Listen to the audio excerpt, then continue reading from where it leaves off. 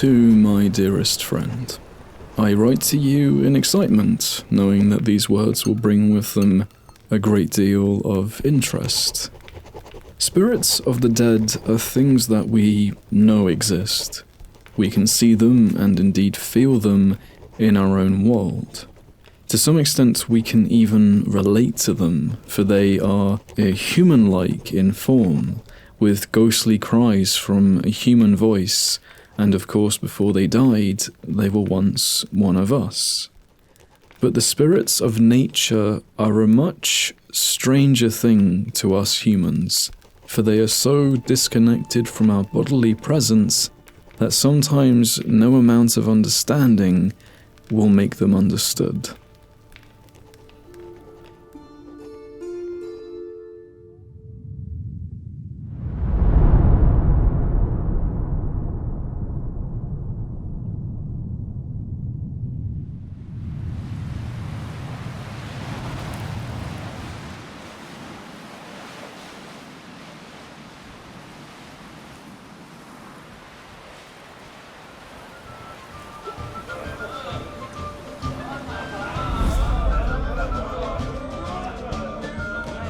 My story starts in Skellige, for I have friends there, friends who were celebrating their annual Yule, drinking, eating, and enjoying all the comforts of a winter fire, a tradition that has always been amongst the simplest and most wonderful. But my friend, you know me well enough to know that I cannot sit for very long. Amid the chaos of joyous laughter and tales from many, many centuries ago, I heard folk whispering of a creature, a being that walked the woodlands, a spirit in a physical form. This being intrigued me. They said it was a spirit that protected the natural world, a being that could transform itself and shift between spaces.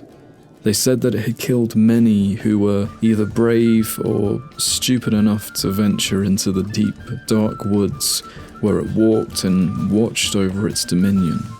I am not one to go venturing into the darkest places, not unless I have those who are capable of defending me and, of course, themselves. I do not know if it was the alcohol or the warmth of the fire, but one of the young Skellige warriors saw my interest and offered to take me into the woods. She assured the others that we would be careful and only watch from afar, but she seemed to share my interest in discovering these things.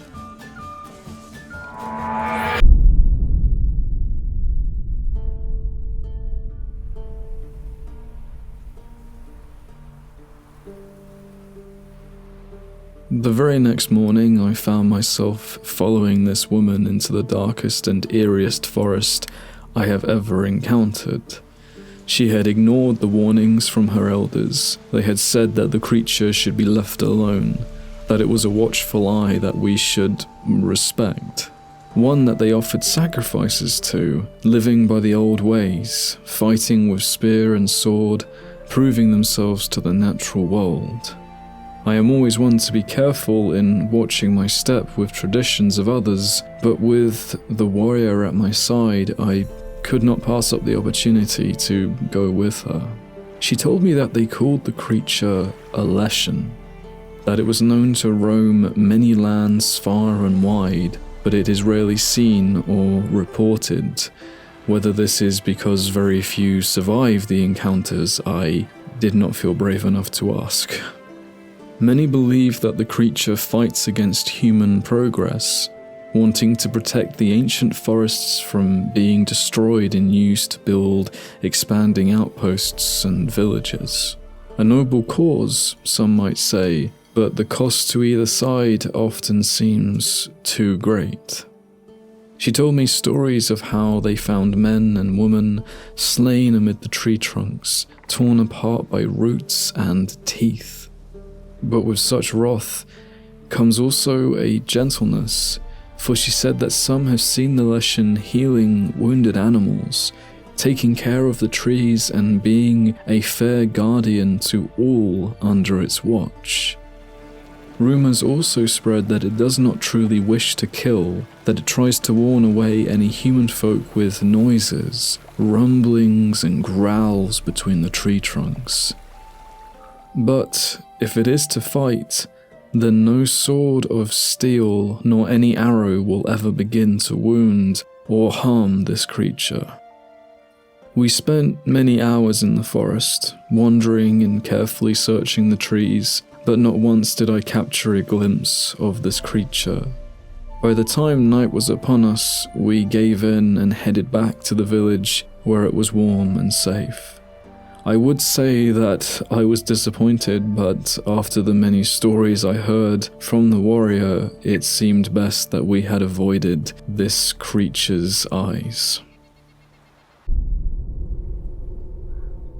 Once I returned to Novigrad, I again made my way to the fellow scholar who had many tomes and scrolls on all manner of creatures. I looked for words that described the woodland spirit, and to my interest, I discovered that these creatures are actually unclassified.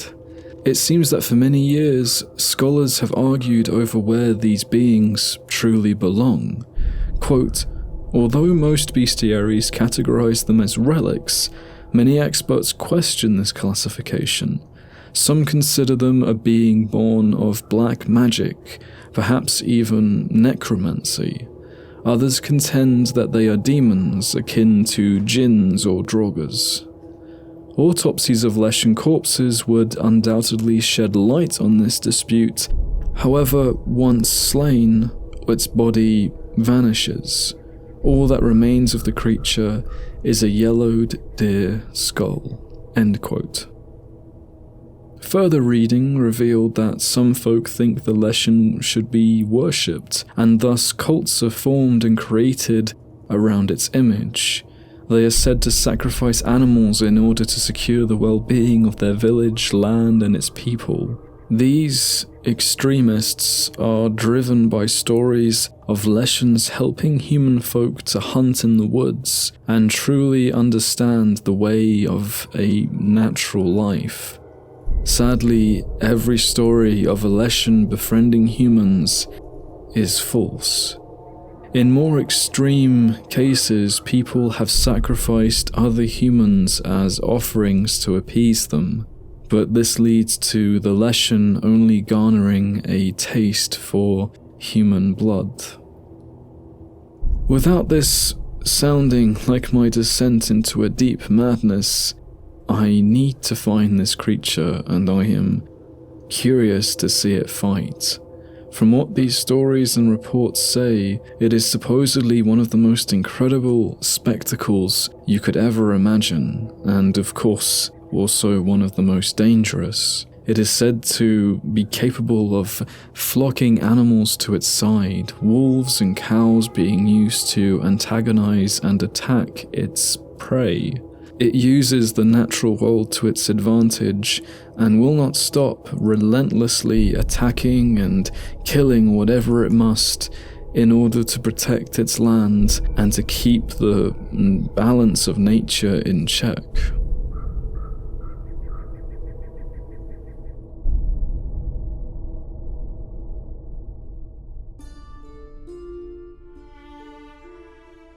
The next time that I write to you, my friend, I hope that it is on the topic of a creature less dangerous and foul than all those that have come before. I hope that you find a place for this creature. I promise that one day I will write to you further about its ability in combat, if ever I do indeed see and live to tell the tale. I thank you for taking the time to read this letter. I hope it finds you soon, and as always, I wish you well, my friend. Safe travels.